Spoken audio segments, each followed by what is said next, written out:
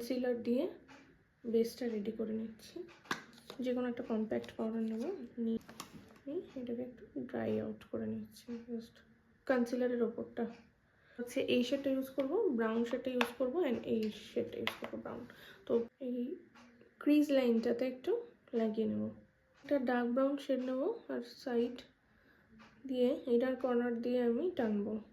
Middle পোর্শনটাতে একটা light shade নিয়ে সামনের দিকে, অনলি সামনের দিকে লাগিয়ে নিলাম। ল্যাকমির আলটিমেট গ্ল্যাম আইলাইনার, এটা যেটা আমরা ছোটোর থেকে ইউজ করি।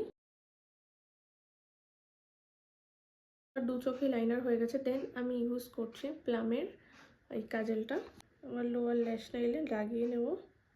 এই যে নিচের জায়গাটা আছে এইখানেও একটু স্মাচিংভাবে লাগিয়ে দেব।